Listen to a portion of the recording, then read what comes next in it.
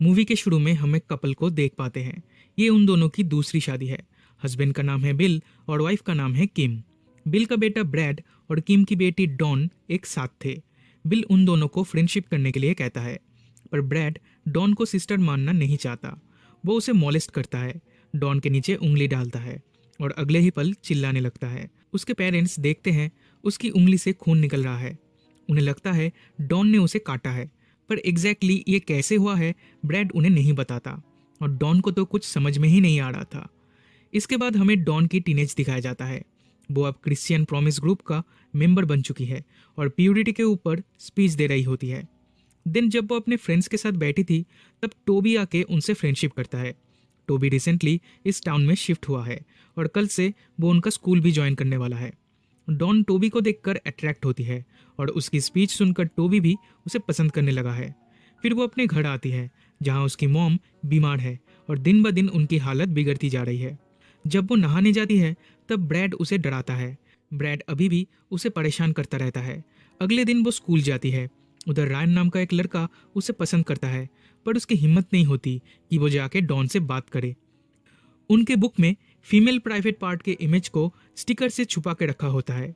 जब सारे students teacher से इसका रीजन पूछते हैं, तब टीचर कहते हैं ये स्टेट स्कूल बोर्ड का डिसीजन है। वो नहीं चाहते स्टूडेंट्स इस इमेज को देखे। स्कूल के बाद डॉन अपने फ्रेंड्स के साथ मूवी देखने जाती है। ये मूवी 18+ थी। टोबी इसे देखकर एक्साइटेड हो जाता है। वो डॉन को किस करना चाहता है, पर डॉन उसे इग्नोर करती है। दूसरी तरफ ब्रैड उसकी गर्लफ्रेंड मेलानी के साथ था। वो उसकी उंगली को देखकर उसके बारे में पूछती है। ब्रैड कहता है, बचपन में डॉन मुझे काट ली थी, तब से ये ऐसा है। मेलानी कहती है, डॉन उस टाइम पे एक छोटी बच्ची थी, वो ये कैसे कर सकती है। ब्रैड कुछ जवाब नहीं देता और उसे इग्नोर करता है। उधर मूवी के बाद ये लोग एक लेक के पास जाते हैं। उधर एक केव भी था। डॉन की फ्रेंड अलीशा कहती है, सब लोग यहाँ पे स्विमिंग करने आते हैं, फिर उस केव में जाकर इंटीमेट होते हैं। देन डॉन और टोबी उस लेक के किनारे बैठकर बातें कर रहे थे। डॉन कहती है वो अभी भी वर्जिन है। वो चाहती है शादी के बाद उसका हस्बैंड ही उसे टच करे। वो कभी भी किसी दूसरे लड़के के साथ इंटीमेट होना नहीं चाहती। टोबी कहता है वो वर्जिन नहीं है। 1.5 साल पहले वो उसकी एक्स गर्लफ्रेंड के साथ इंटीमेट हुआ था, पर ये उसकी सबसे बड़ी गलती थी। उसी रात वो टोबी के बारे में सोचने लगती है। उनकी शादी हो रही है, फिर उनका फर्स्ट नाइट, ये सब वो इमेजिन कर ही रही थी कि तभी एक क्रिएचर उसके ख्यालों में आ जाता है और उसका मूड ऑफ हो जाता है। अगले दिन वो टोबी को कॉल करके कहती है, हम दोनों को और मिलना नहीं चाहिए। इससे पहले कि टोबी कुछ कह पाता, वो फोन काट देती है। लेकिन वो टोबी से दूर रह भी नहीं पाती, उसे मिस करने लगती है। फिर एक दिन उस लेक के पास वो टोबी को मिलने बुलाती है। ये दोनों एक साथ स्विमिंग करते हैं, फिर उस केव में जाते हैं।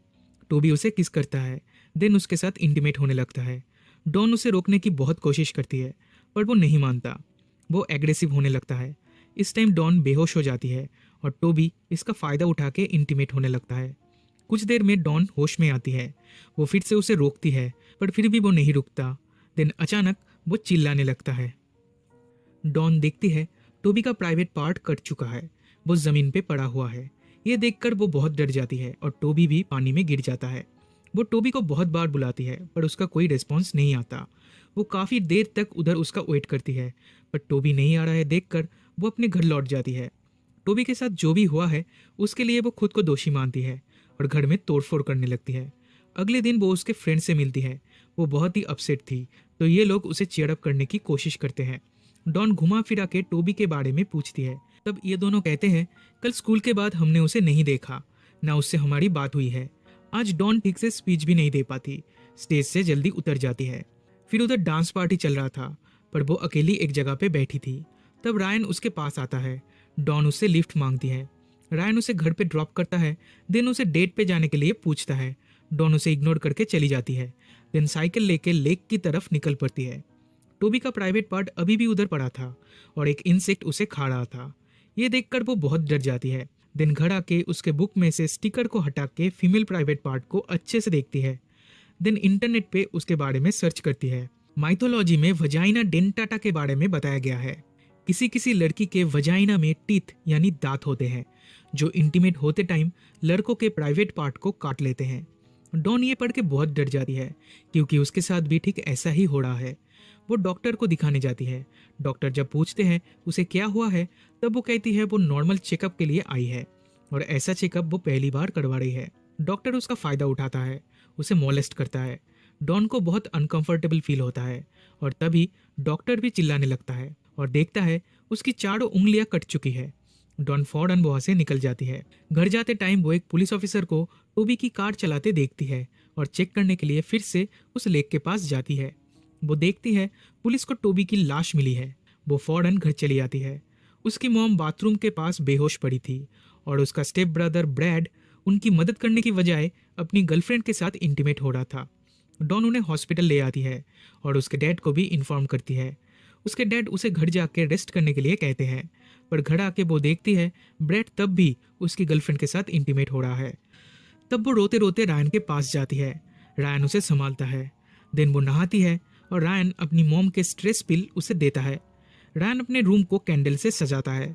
फिर ये दोनों ड्रिंक करते हैं और इंटीमेट होते हैं। डॉन हैरान थी ये देखकर कि रायन को कुछ भी नहीं हुआ है। देन नेक्स्ट मॉर्निंग ये दोनों फिर से इंटीमेट होते हैं। तब रायन का फ्रेंड उसे कॉल करता है। रायन कहता है डॉन को लेकर उसके और उसके फ्रेंड के बीच बेट लगी थी। उसका फ्रेंड उसे चैलेंज किया था कि वो कभी डॉन के साथ इंटीमेट नहीं हो पाएगा, पर वो इंटीमेट हुआ और बेट भी जीत गया। ये सुन के डॉन को बहुत गुस्सा आता है और रायन के साथ भी वही होता है जो टोबी के साथ हुआ था। उसका भी प्राइवेट पार्ट कट जाता है। डॉन वहां से निकल जाती है और उसे रियलाइज होता है अगर किसी लड़के के साथ वो अपनी मर्जी से इंटीमेट होती है तो उस लड़के का कुछ भी नहीं होता, लेकिन अगर कोई फोर्सफुली उसके साथ इंटीमेट होता है तब उसका कट जाता है। टोबी उसके साथ फोर्सफुली किया था, इसलिए उसका कटा था। डॉक्टर उसे मोलेस्ट कर रहे थे, इसलिए उनकी उंगली कट गई थी। और रायन के साथ वो अपनी मर्जी से इंटीमेट हुई थी, इसलिए रायन को कुछ नहीं हुआ। पर जब उसे उसका सच पता चला तब रायन का भी कट गया। दूसरी तरफ उसके डैड ब्रैड को घर से निकल जाने के लिए कहते हैं, पर ब्रैड उनके साथ फाइट करने लगता है और अपना डॉग उन पे छोड़ देता है, जो उनके गले में काट लेता है। तब ब्रैड कहता है उसके डैड ने डॉन की माँ से शादी करके अच्छा नहीं किया था। ब्रैड डॉन को बचपन से ही पसंद करता था, लेकिन उसके डैड की वजह से वो उसकी स्टेप सिस्टर बन गई। उधर डॉन हॉस्पिटल जाती है तो उसे पता चलता है कि उसकी मॉम की डेथ हो चुकी है। वो उन्हें पकड़कर बहुत रोती है। कुछ देर बाद उसके डैड और ब्रैड की गर्लफ्रेंड मेलानी उससे मिलने आती है। मेलानी डॉन से माफ़ी मांगती है और कहती है मुझे तुम्हारी मॉम की आवाज़ सुनाई दी थी, वो बहुत चिल्ला रही थी। मैं उन्हें हेल्प करने जा ही रही थी, पर ब्रैड मुझे जाने नहीं दिया। उसने कहा तुम्हारी मॉम हमेशा ऐसे चिल्लाती है, तो उसे इग्नोर करो। ये कह के फोर्सफुली वो मेरे साथ इंटीमेट होने लगा। डॉन को बहुत गुस्सा आता है। वो इसका रिवेंज लेना चाहती है। घर जाके वो मेकअप करती है। देन ब्रैड के रूम में जाके उसे सीड्यूस करती है। ब्रैड भी उसके साथ इंटीमेट होने लगता है, लेकिन अचानक ब्रैड को याद आता है बचपन में उसके साथ क्या हुआ था जब उसने उसके अंदर उंगली डाला था। इससे पहले कि वो खुद को रोक पाता, डॉन उसका प्राइवेट पार्ट काट देती है और उसका डॉग उसके प्राइवेट पार्ट को खा लेता है। ब्रैड डॉन से मदद मांगता है, पर वो उसे इस हाल में मरने के लिए छोड़ के चली जाती है। उसका रिवेंज भी पूरा होता है। उसकी मॉम मर चुकी है। इस घर में उसके लिए अब कुछ नहीं बचा। एक नई जिंदगी की तलाश में वो निकल पड़ती है, बट साइकिल का टायर पंक्चर हो जाता है। तब वो लिफ्ट मांगती है। एक ओल्ड मैन उसे लिफ्ट देता है। गाड़ी में वो सो गई थी। एक गैस स्टेशन पे पहुंचकर वो ओल्ड मैन गाड़ी रोक देता है। डॉन निकलने की कोशिश करती है, पर डोर्स लॉक्ड थे। वो उसे गंदी इशारे करने लगता है। लिफ्ट देने के बदले वो डॉन के साथ इंटीमेट होना चाहता है। तब डॉन उसे एक इविल स्माइल देती है। इसका मतलब वो अब इसका प्राइवेट पार्ट भी काट लेगी। और इसी के साथ मूवी यहीं पे खत्म हो जाती है।